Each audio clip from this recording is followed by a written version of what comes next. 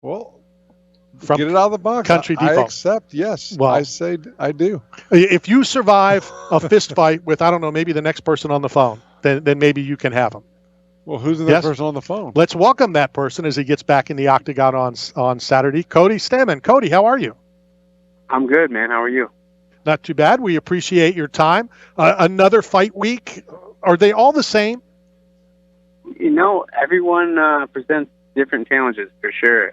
We're down in Austin, Texas right now, and it is hot, and I got to lose a bunch of weight, so it's actually perfect for me. So literally all you have to do is walk outside, walk around the hotel, and you'll drop, what, 2 pounds? Oh yeah.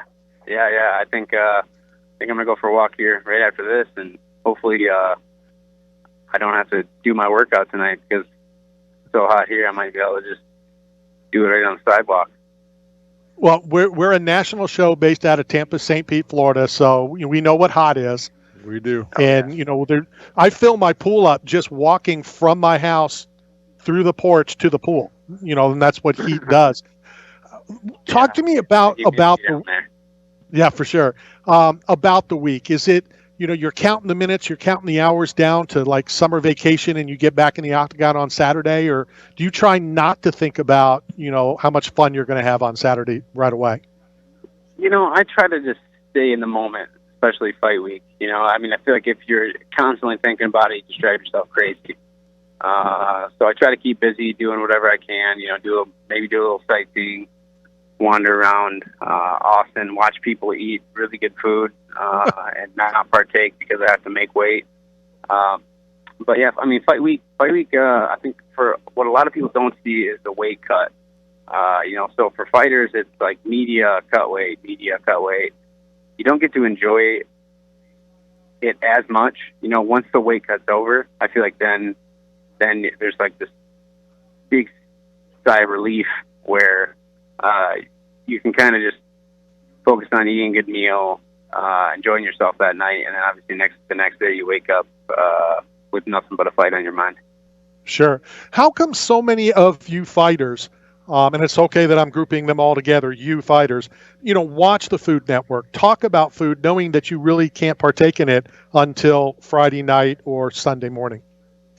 I don't know. It's like you have all these things. I've made reservations at 3 different restaurants already. As soon as I landed, that's the first thing I started doing was looking at where I'm going to eat Friday. Just something to look forward to, really. It's just, there's nothing like when someone tells you can't have something, you want it 1,000 times worse. Sure. So I think Chick-fil-A on Sunday. that eventually you're going to be able to eat whatever you want. It kind of helps with the process of not being able to eat anything leading up to the fight. Obviously, you've done this, a long time, so you know what you can and what you can't. But after you do weigh in, Friday morning for the official, how do you know what you can and what is going a little too far? Whether it's 72 bites of whatever and not 73, or 14 and not 15. You just got to listen to your body. We get so dehydrated in the wake up process. The first thing you really got to do is start getting the water and the electrolytes back in your body. So I don't really eat food for a couple hours after I weigh in, and then it's just a slow process. You're just slowly putting it back on until later that night you can have an actual real meal, and then you'd be surprised. If you've been deprived of food, you'd be surprised how fast your body can metabolize everything that it hits. So I just eat maybe 3 meals Friday night, and it's like they hit my stomach and they're gone instantly. So it's right now the moment I'm looking forward to is that moment when I start to get to go to a nice steakhouse and eat some really good food. And you're definitely in the right place. I commentated a fight in Austin many years ago. We were at the Tampa airport. We grabbed, ironically, Matt just said about Sunday and Chick-fil-A. We ate some Chick-fil-A. We ate whatever at the airport. We flew into Austin. And I said to my co-host at the time, I'm like, we're in Austin. Let's go get something to eat. And he goes, I'm not hungry. And I said, I didn't know you had to be hungry to eat. Austin is the place to get some good food on Friday for sure. There's a lot of good food here. I'm pleasantly surprised. I found about 90 restaurants I'd like to visit. before you leave. Talk to us about your love for fishing, and then I'm going to throw something at you. I mean, so fishing, hunting, outdoors, all that stuff is just kind of a nice release for me. It's just something that kind of takes my mind off of, the fight game, because this sport is brutal, and if you don't have some kind of outlet, something that helps you to relax and take your mind off of it, it can get hard, and it can get old really fast. So, I mean, for me, it's just about kind of going fishing and relaxing and enjoying the company, whether I'm catching fish, whether I'm not, I don't really care. It's just about getting outside and doing something that I've done since I was just a little kid. So what I want to throw your way, we need to get you down here into the Tampa St. Pete area. We have connections with numerous boats. As a matter of fact, Captain Kelly's going to take us out tomorrow fishing. We bow fish, Cool. We spear fish, we go deep sea fishing.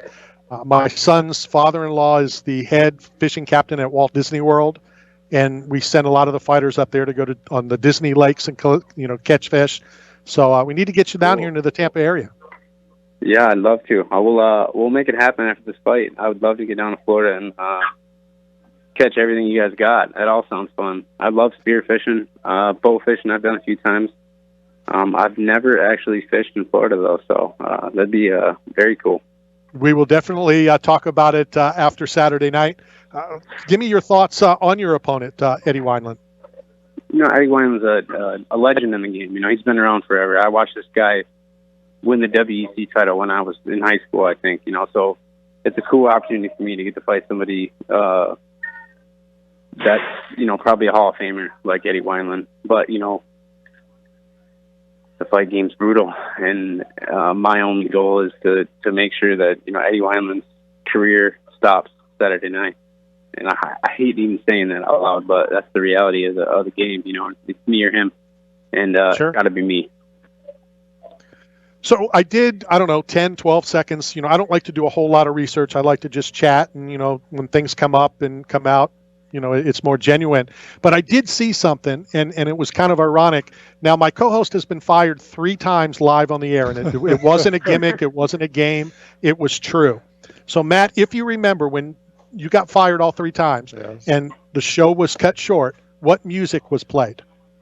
Do you remember? Oh, I don't know. Every time we do it, it's only and always the Bee Gees music. And then I saw, The Bee Gees. didn't you come out to the Bee Gees? I walked out to Staying Alive. I love the Bee Gees. Great music. It's going to bring back a lot of painful memories for me there, Cody. I don't know if I'm really going to be a fan of your walkout song. I'm sorry. Yeah, well, it's not the Bee Gees this time. The Bee Gees song is painful for me too, because I went out and choked right in the first round. So I won't be listening to the Bee Gees. We're gonna be listening to something a little more classic. Now, did you send a text or a tweet to Barry Gibb and say it was his fault? Yeah, I did. I blamed everything on him. That's great. This damn song, dude, and he got me. Do you collect anything? Whether it's memorabilia, whether it's Panini cards, whether it's albums. What do you collect, if anything, back at the house? Guns? No, I don't. I do have some of my own Panini cards. I mean, that's obviously a really cool thing to kind of see your face on a playing card. It's not really something I ever imagined would come to fruition. It's pretty crazy when somebody randomly sent me one and I saw it was me on a card, and I'm like, is this real? Someone just make this? Like, what is this? Yeah, but I sign a lot of them. I think that's such a cool thing. It almost like immortalizes you as an athlete. So Sure. Long after you're gone, there's going to be playing cards that have your signature, that have your face on them, which is a pretty cool feat as an athlete. Yeah, it's definitely cool. And before I ask the final question, when you come down to Tampa and when we go fishing, we also have a gun shop that we hang out with. That I don't want to say too much on the radio, but we get set up, we go out there, we shoot in their back, we can shoot anything. They've taken real good care of quite a few people, including myself. So we'll be able to do that with you as well. Guns and fishing, you guys speaking my language. It sounds like an awesome vacation. Definitely it will be. What can the fans expect Saturday night, Cody, when you get back in the octagon? Well, I'm going to be throwing leather as hard as I can, and one of us is going to hit the canvas, and I don't think it's going to be me. I'm definitely going to go out there and put it on the line. That's kind of what I feel like I need to do, and that's what the fans want to see, so that's what I'm going to give them. There you go. Good stuff. Cody, thank you very much for your time. I know we have your address. We're going to send you a care package from 8 Man Strong, and then we'll touch base next week. I'll let you enjoy Saturday night, enjoy a couple days, and then we'll put this trip together, and you can come down and have a good time. Awesome. Let's do it. All right, take care. That is Cody Stamann getting back in the octagon Saturday night. ESPN, what was it, 36? Somewhere up there. 37. 37. I've still been married longer than that. This is Knockout Radio, brought to you by 8 Man Strong and Staff Song. We'll be right back.